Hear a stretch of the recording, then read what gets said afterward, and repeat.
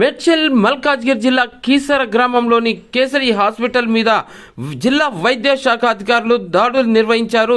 ఈ నిర్వహణలో తీవ్రమైనటువంటి అవకతవకలు ఉన్నట్టుగా వారు గుర్తించారు.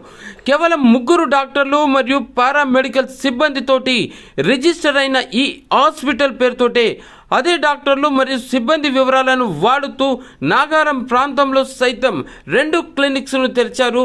మరియు కీసర్లో మరో పాలిక్లినిక్ కూడా నడుపుతున్నట్టుగా వైద్య శాఖ అధికారులు ఐడెంటిఫై చేశారు. అయితే ఈ టైంలో జిల్లా వైద్య మరియు ఆరోగ్య శాఖ అధికారి ఉమాగౌరి కేసరి హాస్పిటల్ని సడన్గా తనిఖీ చేశారు.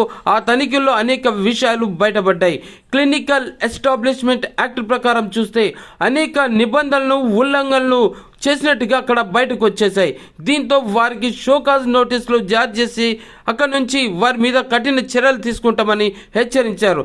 నిబంధనలకు విరుద్ధంగా ఒకటి దాని మీద రిజిస్టర్ అయ్యి మరో 3 క్లినిక్లు ఏకంగా నడుపుతూ ఏకకాలంలో నిర్వహిస్తూ ప్రజలని అటు రోగుల్ని నానా రకాలుగా ఇబ్బందులకు గురి చేస్తున్నటువంటి ఈ హాస్పిటల్ మీద కఠిన చర్యలు తీసుకుంటామని చెప్పేసి డిఎంహెచ్ఓ చెప్తున్నారు.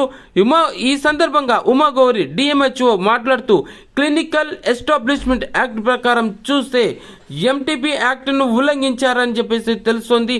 ఈ హాస్పిటల్లో క్లినిక్స్, ల్యాబ్స్ మరియు డయాగ్నోస్టిక్స్ నిబంధనలను పూర్తిగా అతిక్రమించారని చెప్పేసి వారు ఈ సందర్భంగా చెప్తున్నారు. ప్రభుత్వ నిబంధనలను ఉల్లంఘించి ఏ ఒక్కరు కూడా ఇలాంటి చర్యలకు పాల్పడితే కఠిన చర్యలు ఉంటాయని ఈ సందర్భంగా హెచ్చరించారు.